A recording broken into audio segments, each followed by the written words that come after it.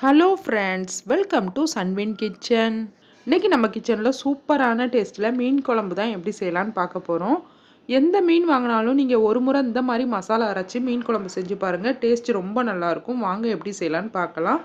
ஒரு கடாயை சூடு பண்ணிக்கோங்க. அதில் 3 டீஸ்பூன் அளவுக்கு நல்லெண்ணெய் சேர்த்துட்டு எண்ணெய் சூடானதுக்கப்புறம் 2 டீஸ்பூன் அளவுக்கு ஜீரகம் சேர்த்துக்கோங்க. நம்ம மீன் குழம்புக்கு எப்பயுமே ஜீரகம் வந்து கொஞ்சம் அதிகமாக சேர்த்தோம் அப்படின்னா டேஸ்ட் வந்து நல்லாயிருக்கும். இப்போ ஜீரகம் பொரிஞ்சதுக்கு அப்புறமா கொஞ்சமாக வெங்காயம் சேர்த்துக்கோங்க. வெங்காயம் வந்து நல்லா கண்ணாடி பதம் வர்ற அளவுக்கு வதங்கின உடனே இதில் பழுத்த தக்காளியாக ஒரு 3 தக்காளி சேர்த்துட்டு தக்காளி நல்லா மசிஞ்சு வர்ற அளவுக்கு வேக வச்சுக்கோங்க. நான் வந்து இன்றைக்கி ஒரு 1/2 கிலோ அளவு மீனுக்கு வந்து இந்த மாதிரி 3 தக்காளி சேர்த்துருக்கேன். நீங்கள் எக்ஸ்ட்ரானா தக்காளி வந்து எக்ஸ்ட்ரா சேர்த்துக்கோங்க. இப்போ தக்காளி வெங்காயம் வதங்கினதுக்கு அப்புறமா இதில் கொஞ்சமாக துருவின தேங்காய் சேர்த்துட்டு குழம்பு மிளகாய்த்தூள் வீட்டில் அரைச்சிருப்போம் பார்த்தீங்களா, அந்த குழம்பு மிளகாய்த்தூள் வந்து நீங்கள் காரத்துக்கு தகுந்த அளவுக்கு சேர்த்துக்கோங்க. நான் வந்து 5 டீஸ்பூன் அளவுக்கு சேர்த்துருக்கேன்.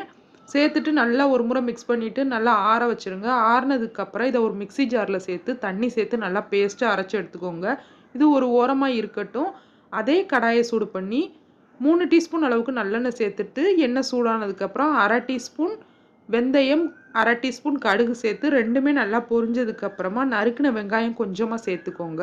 கொஞ்சமாக இது கூடயே கருவேப்பிலை சேர்த்துக்கோங்க. சேர்த்துட்டு இந்த வெங்காயம் நல்லா வதங்கணும். லைட்டாக வந்து கலர் மாதிரி இந்த அளவுக்கு வதங்கின உடனே நம்ம அரைச்சி வச்சுருக்க மசாலாவை இது கூட சேர்த்துக்கோங்க. சேர்த்துட்டு உங்களுக்கு எந்த அளவுக்கு தண்ணி தேவையோ அந்த அளவுக்கு தண்ணி சேர்த்துக்கோங்க. நீங்கள் ரொம்ப தண்ணியாக வேண்டாம், கொஞ்சம் திக்காக இருக்கணும் அப்படின்னு நினச்சிங்கன்னா கொஞ்சம் வந்து தண்ணியை வந்து கம்மி பண்ணி சேர்த்துக்கோங்க. சேர்த்துட்டு இது கூடயே ஒரு லெமன் சைஸ் அளவுக்கு புளியை வந்து நல்லா தண்ணியில் கரைச்சி வடிகட்டி புளி தண்ணியை சேர்த்துக்கோங்க. சேர்த்துட்டு இதுக்கு தேவையான அளவுக்கு உப்பு சேர்த்துட்டு நல்லா ஒரு முறை இந்த மாதிரி மிக்ஸ் பண்ணிக்கோங்க. பாருங்கள், குழம்பு வந்து இந்த அளவுக்கு திக்காக இருந்துச்சு அப்படின்னா நல்லா கொதிச்சு வரும்போது இதை விட கொஞ்சம் கெட்டியாகி சாப்பிட்றதுக்கு வந்து டேஸ்ட் ரொம்ப நல்லாயிருக்கும். லோ ஃப்ளேம்லேயே வச்சு இதை ஒரு 10 நிமிஷம் நல்லா கொதிக்க வச்சுருங்க. 10 நிமிஷம் கழித்து பார்க்கும்போது குழம்புல வந்து நல்லா எண்ணெய் பிரிஞ்சு இன்னும் கொஞ்சம் திக்காக ஆரம்பிச்சிருக்கும். இந்த அளவுக்கு எண்ணெய் பிரிஞ்சு வந்ததுக்கப்புறம் நம்ம நல்லா கழுவி எடுத்து வச்சுருக்க மீனை வந்து ஒரு பீஸாக வந்து உள்ளே சேர்த்துக்கணும். அடுப்பை வந்து நீங்கள் லோ ஃப்ளேம்லேயே வச்சுட்டு தான் சேர்க்கணும். நான் வந்து இன்றைக்கி கட்லாக் மீன் வந்து சேர்த்துருக்கேன். நீங்கள் எந்த மீன் வேணால் சேர்த்துக்கலாம். இதே மெத்தடில் வந்து குழம்பு வச்சு நீங்கள் எந்த மீன் வேணாலுமே சேர்த்துக்கலாம். மீன் சேர்த்ததுக்கப்புறம் ரொம்ப வந்து கரண்டி போட்டு கிண்டக்கூடாது. அந்த மீன் வந்து நல்லா மூழ்கிற அளவுக்கு ஒரு முறை மட்டும் மிக்ஸ் பண்ணிவிட்டு எடுத்துருங்க.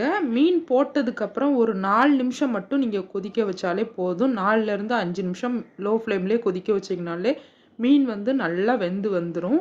பாருங்கள், இப்போ நமக்கு மீன் வெந்து நல்லா குழம்பு வந்து ரெடி ஆயிடுச்சு.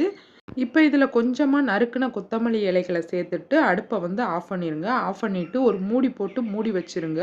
சூப்பரான டேஸ்ட்டில் மீன் குழம்பு நமக்கு ரெடி ஆயிடுச்சு.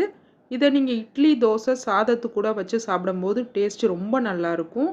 கண்டிப்பாக இந்த மாதிரி ஒரு முறை மசாலா அரைச்சி ட்ரை பண்ணி பாருங்கள். மீன் குழம்பு உங்கள் வீட்டில் உள்ளவங்க எல்லாருமே ரொம்ப பாராட்டுவாங்க. அந்த அளவுக்கு மீன் குழம்பு டேஸ்ட்டாக இருக்கும். இந்த மீன் குழம்பை மறுநாள் வச்சு சூடு பண்ணி சாப்பிடும்போது டேஸ்ட் அதை விட ரொம்ப நல்லாயிருக்கும். கண்டிப்பாக ட்ரை பண்ணி பாருங்கள். ட்ரை பண்ணிவிட்டு இந்த மீன் குழம்பு எப்படி இருந்துச்சுன்னு மறக்காமல் சொல்லுங்கள். இந்த வீடியோ உங்களுக்கு பிடிச்சிருந்துச்சுன்னா வீடியோக்கு லைக் பண்ணிக்கோங்க. என்னோட சேனலை மறக்காமல் சப்ஸ்கிரைப் பண்ணிக்கோங்க. தேங்க்யூ.